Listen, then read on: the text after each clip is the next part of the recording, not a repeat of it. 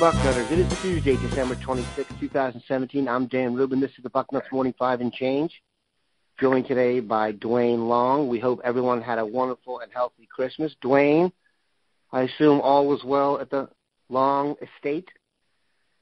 Yes, it was. Hope everyone had a Merry Christmas. I'm sure they did. And now the focus has turned back to important stuff, which is football. We will talk a little bit about USC and the Cotton Bowl. The Buckeye staff that we love is there working, and our staff, Dave Biddle, Steve Hellwagon, Pat Murphy, are literally airborne as we speak. We'll be touching down in Dallas, and we'll have the most coverage you can possibly get starting in about an hour or two, and we will focus on that for the rest of the week. Today, we have Duane on here. We're going to take a quick look back. Obviously, not a ton has happened in the interim since signing day or the early signing period. Duane was not on the BM5 last week in lieu of recruiting gurus Steve Wiltfong and Bill Kurlick, so we're going to get his thoughts this week on what went down. Duane, kind of a general view of what went down. Obviously, everyone knows you are the man when it comes to linemen. Maybe start with your feelings on the loss of Jackson Carman and then how that fits into the way the class finished up and what they got. Well, I mean, that was one of that's the one thing about it. You know, we could talk about how massively great the class was, and it is. But, you know, this is something we need. Dan, we need somebody to play left tackle next year, and we're going to have the mad scramble. I mean, you know, we always heard about a lobby coming along, but we never saw him. Maybe you'll move Prince over. But in the end, it comes down to this. You want as many options as you can get, as many talented options as you can get. And having Carman as a possible was huge. I mean, we still got a shot at Pete Frere and Rasheed Walker. So, you know, this can be fixed, but it's really going to be the gaping hole in this class if we don't come up with a left tackle. I hear that. I'm not sure Carman is that guy, though, personally. I don't think he was in a position to come in and play next year. I understand the depth needs to be there, and I do think they're going to flip Prince to left tackle. Is there anybody else in the mix on this? I know you said Joshua Allaby. Do you think there's anyone else they could even consider putting over there right now that's on the roster right now? Well, I was a big fan of Pridgeon, and they've got him down at guard right now. I don't know what happened. He looked really good in his film and junior college. Looked like he has the feet. He definitely has the length you want out there at tackle.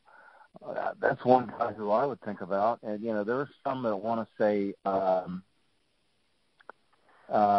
you know, we could kick somebody from the guard position back out. We got the real long kid on the guard that broke his ankle. Brandon Bowen. Yeah, he came here as a tackle, but my thing has always been, you know, if you can play tackle, why are you a guard?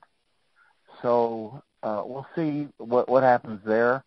You know, people talk about Michael Jordan. I was never in the camp that Michael Jordan was a tackle. I always thought he was a guard. I think he'll stay there. He's been there for 2 years now. Kicking him back out makes no sense at all to me. And so we'll see, you know, but probably the most obvious is to kick the much improved Isaiah Prince to the left tackle. Yeah, I think that's going to happen. I think it's probably the best move. Long term, I think he fits the mold best.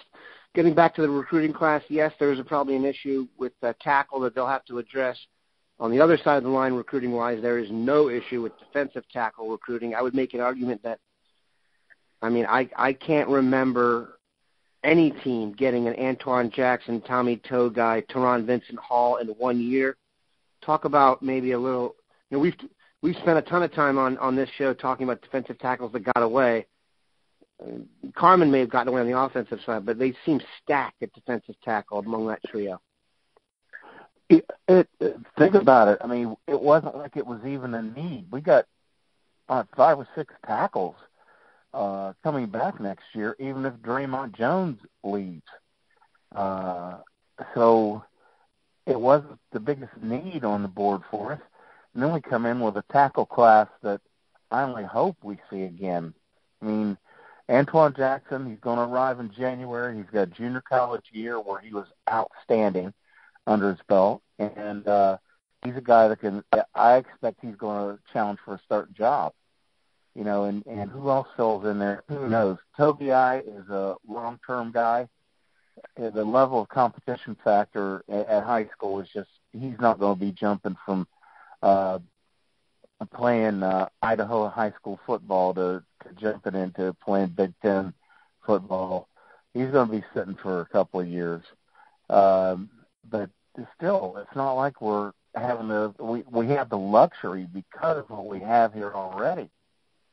So it was huge, massive class, you know. And you look at, I was looking at Tyrone Vincent, and something just struck me, how much he reminds me of Tampa Bay. Warren Sapp. He's got that same build, the same style. He's a great hand fighter. He's very quick. He's got this high motor, and he's pretty athletic. He's got a nasty spin move already.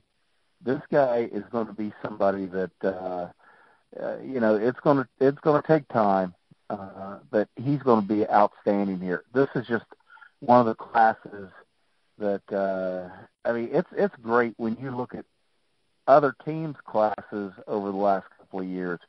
It's hard to, you know, you got to go down in the SEC where these guys are most of them come from, and you know, look at this class versus classes at Alabama, LSU, Georgia pulled in. You know, it's just that good that you can compare them to that. I just never believed that there would be a time that Ohio State would put together a defensive tackle class that belongs in that kind of conversation. Yeah, I think Vincent, I mean, it's hard to say any true freshman is going to come in and dominate, you know, immediately. I do think he's about as prepared to come in and play, given his lineage and IMG training, as anybody. And Jackson, like you said, is battle-tested. So, I mean, if you put out a lineup of Nick Bosa, Draymond Jones, Antoine Jackson, Chase Young, I imagine that'd be pretty formidable. Speaking of pretty formidable, that is the decision that lies ahead for one Urban Meyer, and the decision is who to play at quarterback next year. I want to touch on this before we finish up with USC chatter. You had an interesting set of points in your long view about Joe Burrow versus Dwayne Haskins and what it might mean for the quarterback situation on the team in general. Well, you know, those two aside, I just think that we've watched an evolution of how we recruit the quarterback position. I mean, when you think about Braxton Miller, you know, he threw pretty well for a guy that was just such a great runner. And, I mean, you can argue he's the best running quarterback we've had at Ohio State. And then you go into J.T. Barrett, who's a little better, more accurate passer than Braxton Miller. Although, you know, you didn't see as many scatter shot throws with Barrett as you did with Braxton Miller, but he was still a run guy, and we saw it throughout his career that when it came down to it, he defaulted to his feet. But then, you know, you see a subtle change when you bring in Joe Burrow. And as athletic as Joe Burrow is a pass-first quarterback. Make no mistake about that. Now, he'll pull it down and put some hurt on a defense with his feet. There's no doubt about it. But mostly he's got his head up. He's trying to get the ball down the field. And then you go from him to Haskins, who, I mean, we didn't even know that much about Haskins as a runner. There's so little film of him running the ball. What he does have is one of those just monster arms. He can throw the ball. He is just absolutely here. He is not didn't get a single scholarship offer to run the zone read. So, and then you look at the players they're looking for in the future. When you look at Bo Nix, he's the one. He's a kid that could get recruited as a zone read guy. He is just so athletic, even though he does have a big-time arm. He can run either offense. And you look at Michael Johnson, the quarterback from Oregon, who is also very athletic, but he, too, is a kid that nobody is recruiting to run the zone read. He's just not that kind of kid. And the kid that is at the top of my list, if I could only get one quarterback in here from the next couple of years, 2019 and 2020, it'd be Jack Miller. And we seem to be in great shape with him. He's a big, tall kid, very athletic. I mean, just surprisingly athletic. But he's a big-armed kid, and that's what he is recruited for. Everybody's coming after the passer. So, we're still getting kids. We're going after kids who are good athletes. We're not going up after the guys that are pure pocket guys that can't help us with their feet. But we're going after guys now that are throw-first quarterbacks with outstanding arm. So I think we've seen a change in how we're going about things. And, that started even before Kevin Wilson, but I think he has greatly influenced it. He is not, if you look at his quarterbacks at Indiana and Oklahoma, he does not look to run the quarterback. Sam Bradford won a Heisman under him, and I think I saw where he ran the ball 71 times in 3 years. So it's just not something that Kevin Wilson wants to do. So I think we've seen a subtle change that could have a great influence on how we're running the offense. We'll always see Urban Meyer have the zone read in his offense. That's just, he likes to have the quarterback run the football. But I think we're getting quarterbacks that are going to be, I think it's just going to change the thinking, Dan. You don't necessarily want these guys out there running the ball. You want them throwing the ball. So we'll still see it, but I just don't think it'll be a dominant part of the offense going forward like it has been. I think it's really interesting. They are kind of at an offensive crossroads here. Of course, the way you play on offense has something to do, or a lot to do, actually, with who the quarterback is. And I think part of it is JT has just been here for so long. He's literally been the quarterback for 5 years. I just think they need to get into they'll get into a new vibe and things will come out. The most interesting thing to me next year is going to be Tate Martell. I just have a feeling, I mean, I'm not saying he's going to make a run at starting, but I do have a feeling that he's going to be utilized next year. I don't see him spending another full year on the bench, and he's just an exciting young player. When you hear stuff out of practice consistently about him, it just makes me think that at some point in time he's going to get involved. So we shall see. Let's look forward real quick here. USC.